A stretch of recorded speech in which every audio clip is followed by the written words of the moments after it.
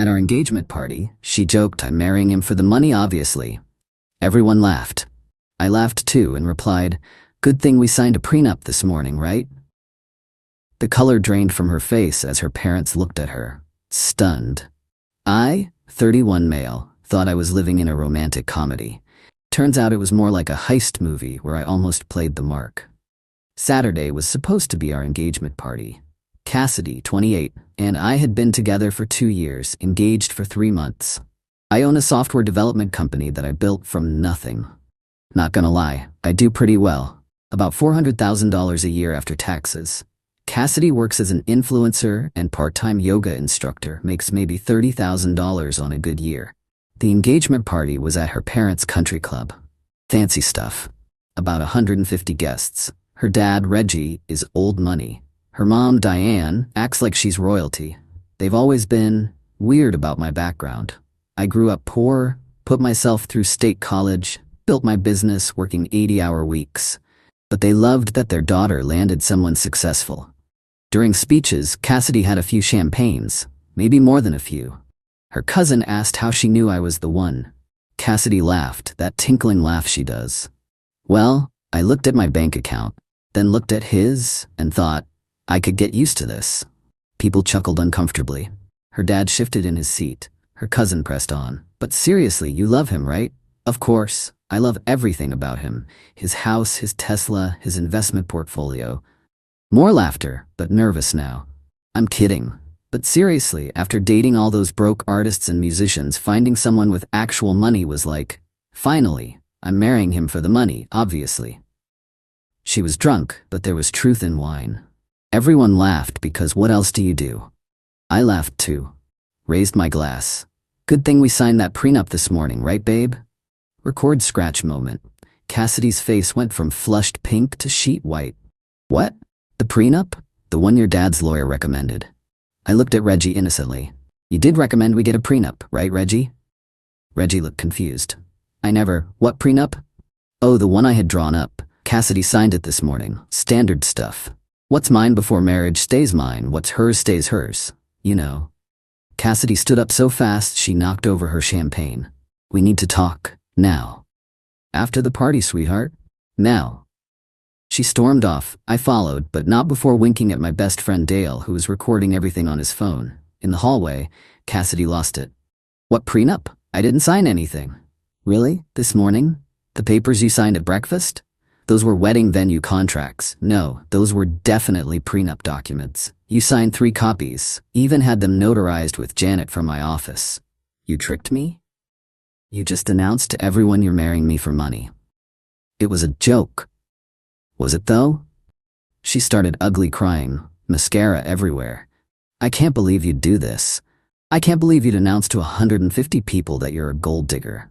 I'm not a gold digger. Then the prenup shouldn't matter. She slapped me. Hard. We're done. The wedding's off. Okay? She blinked. Okay? That's it? Yeah.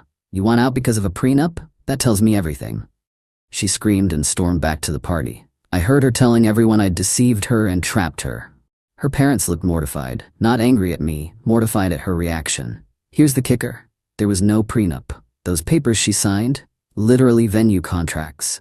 But her reaction told me everything I needed to know. Update 1. It's been 3 days since the party. My phone won't stop. Here's the current situation. Cassidy moved back to her parents' house immediately, took everything she could fit in her Range Rover that I bought her BW. Left a lovely note calling me a manipulative psychopath. Her mom, Diane, called Sunday morning. Not to apologize for her daughter's gold digger announcement. No, to demand I fix this. You humiliated our family. Your daughter announced she was marrying me for money. She was joking. You're the one who lied about legal documents. I never said she signed a prenup. I asked if it was good we signed one. She assumed and panicked. You tricked her into revealing her true character? Yeah, I guess I did. She hung up. Reggie called an hour later. Different energy entirely. Son, I need to know, is there actually a prenup? No, long pause. But she thinks there is? Apparently. And she broke up with you because of it? Within 60 seconds of thinking she'd signed one. He sighed. I'm sorry, I suspected. The way she talked about your money, but I hoped I was wrong. Yeah, well, for what it's worth, I think you dodged a bullet. Thanks, Reggie. But Cassidy wasn't done. Oh no. She went full nuclear on social media. Posted this long rant about narcissistic abuse and financial manipulation and how I preyed on her trust. Conveniently left out the part where she announced she was marrying me for money. Her friends piled on. My DMs were full of, "You're disgusting. How dare you manipulate her? She loved you, and you played games." Then Dale posted the video. The whole thing. Her money comments. Her marrying him for the money, obviously. Everyone's uncomfortable laughter. My prenup comment. Her meltdown. The narrative flipped instantly. Comments went from attacking me to, did she really just admit to being a gold digger? The way she panicked about a prenup says everything. He's smart for testing her. Cassidy tried damage control. Posted that the video was edited and taken out of context. Dale posted the full, unedited version. An hour and 43 minutes, including her whole drunken speech about how exhausting it was dating men without money. But the best part? My business lawyer reached out. "Hey, just saw the viral video. Quick question. That Range Rover you bought her? Is it in your name or hers?" "Mine. Insurance too. Want it back? Can I do that?" "You're not married. No prenup needed for gifts you haven't legally transferred. It's still your property if the title's in your name." Interesting. Update 2. Yesterday I had the Range Rover repossessed. Legal? Absolutely. It was in my name. I paid for it. Insurance was under my policy. Petty? Maybe. Satisfying? Absolutely. Cassidy called me from her friend Piper's phone. I blocked her number. "You stole my car." "My car. Check the title." "I'll sue you." "For what? Taking back my own property? It was a gift." "Prove it. Show me where I transferred ownership."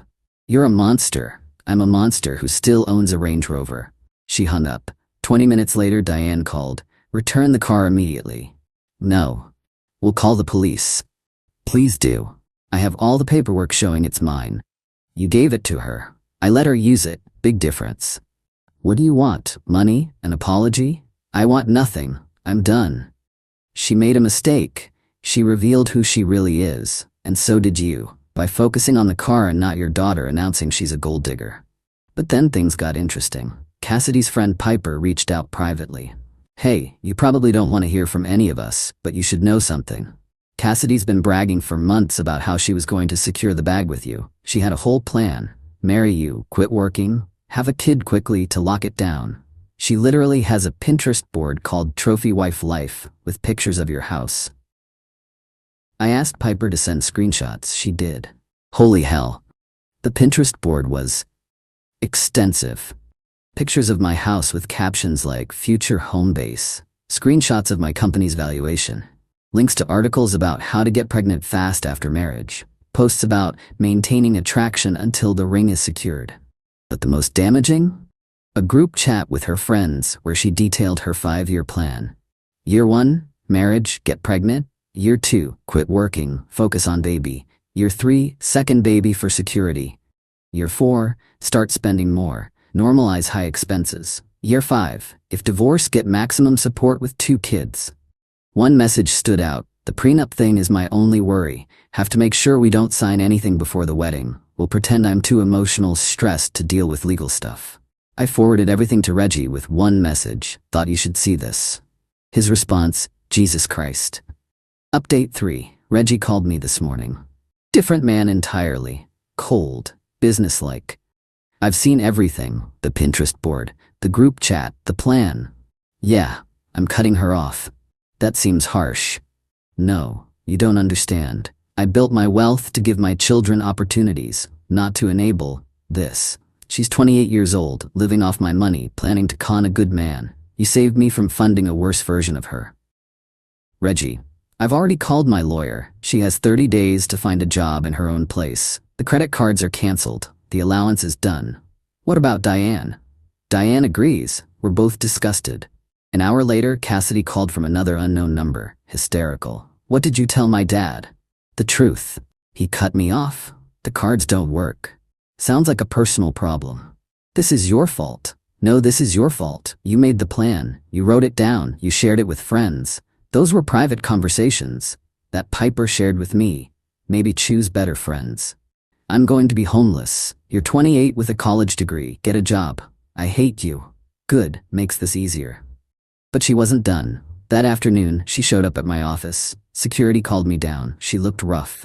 Mascara-stained face, hair a mess, wearing sweats. The influencer facade was gone. Please, she begged. I'm sorry, I didn't mean any of it. I love you. No, you don't. I do. The money stuff was just jokes. Stupid jokes. The 5-year plan was a joke. The Pinterest board was a joke. Her face fell. How did you, Piper, your best friend, sent me everything? She went from sad to rage in seconds. That bitch. See, this is the real you. The mask keeps slipping. I'll change. Into what? A different person? Because that's what it would take. You're throwing away 2 years. I'm avoiding a lifetime of manipulation. Security stepped forward. Ma'am, you need to leave. I'm not leaving without my ring. Oh right, the engagement ring, a $45,000 cushion-cut diamond. The ring you're wearing? That's mine.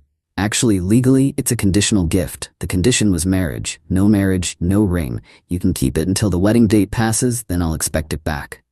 You can't do this. Watch me. Security escorted her out. She keyed my Tesla in the parking lot. Cameras caught everything. Filed a police report and insurance claim. Update 4. It's been 2 weeks since the engagement party. The wedding was supposed to be in 3 months. Deposits are lost, but honestly, small price for freedom. Cassidy's world has completely imploded. According to mutual friends, her parents gave her 30 days to get out. She's now 14 days in, no job, no prospects. She tried to move in with Piper. Piper blocked her after Cassidy found out about the screenshots. Her other friends are busy. Whenever she needs a place to crash, she's been applying for jobs but has 0 actual work experience beyond influencer. Her Instagram engagement tanked after the video went viral. Lost brand deals. She's sleeping on her cousin's couch, but here's where it gets really good. Remember the Range Rover? Well, turns out she'd been telling everyone it was a push present for agreeing to have kids after marriage. Posted about it constantly. My future baby daddy treating me right. Blessed, Range Rover mommy. So when I repossessed it, people started asking questions. Where's the car? Why is she taking Ubers? The truth came out, she never owned it. I let her use my car. The image crumbled. Then Diane reached out, not to apologize, but with intel. You should know Cassidy is planning something. What now? She's been talking to a lawyer about suing you for breach of promise. Claims you verbally promised to marry her and she suffered damages when you withdrew. That's not how that works. I know, but she's desperate. Also, she's been contacting your ex-girlfriends. What? Looking for dirt. Trying to find anyone who'll say you were abusive or manipulative. She wants to destroy you. Why are you telling me this? Because you're a good man who almost became my son-in-law. And because my daughter has become someone I don't recognize, or maybe I'm finally seeing who she always was. The ex-girlfriend thing was real. My ex Riley texted me. Hey, just FYI, your ex-fiancé messaged me asking if you were ever abusive. I told her you were the best boyfriend I ever had, and she was an idiot for losing you. She blocked me, lol. My other ex, Zoe, sent similar. Cassidy contacted me fishing for dirt. I told her to get therapy. Should I be concerned? Then came the lawyer letter. Some ambulance chaser demanding $200,000 for emotional damages, loss of lifestyle, breach of verbal contract, defamation. My lawyer laughed. Actually laughed. Sent back. She admitted on video to marrying for money. No verbal contract exists. Truth is an absolute defense against defamation. Counter notice for the keyed Tesla, $8,000 in damages. Haven't heard back. Final update. Been half a year since the engagement party disaster. Figured I'd give one last update since people keep asking. The wedding date came and went. I spent what would have been my wedding day in Cabo with Dale and some buddies. Got drunk on the beach, watched the sunset, thanked the universe for the narrow escape. The engagement ring? She tried to keep it. Claimed it was a gift. I had my lawyer send a formal demand. She ignored it. I filed a civil suit. The judge took one look at the evidence, including her own admission she was marrying for money, and ordered her to return it immediately. She had to pay my legal fees too. Sold the ring for $38,000. Donated half to a financial literacy program for young women. Felt poetic. Where's Cassidy now? Last I heard, working at a department store selling makeup, living with 3 roommates in a sketchy apartment. Dating some crypto bro who talks big but drives a 2008 Honda.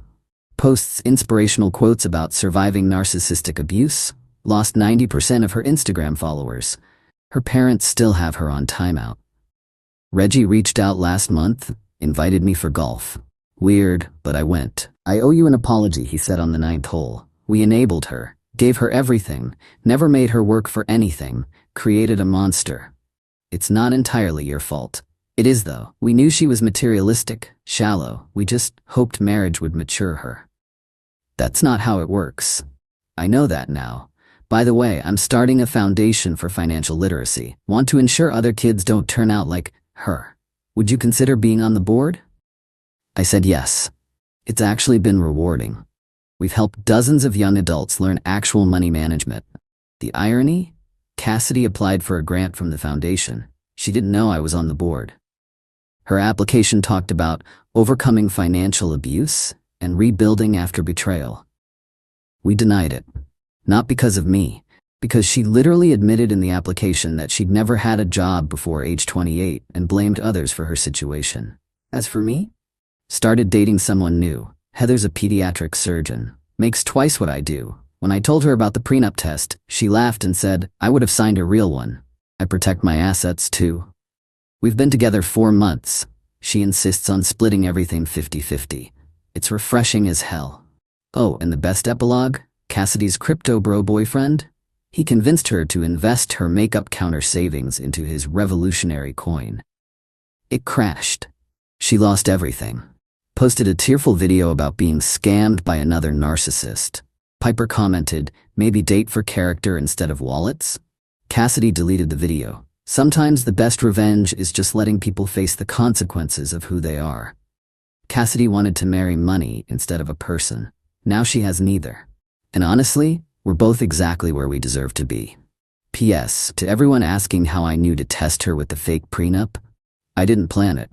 When she made that money comment, it just came out. Call it divine inspiration or my subconscious protecting me. Either way, that split-second decision saved me from a lifetime of manipulation. P.P.S. Reggie sent me a birthday card last week. Inside it said, thanks for not becoming my son-in-law. We both knew what he meant. The Tesla repair? Insurance covered it, but they went after Cassidy for the deductible. She had to set up a payment plan. $50 a month for the next 3 years. Every payment is a reminder of what greed costs.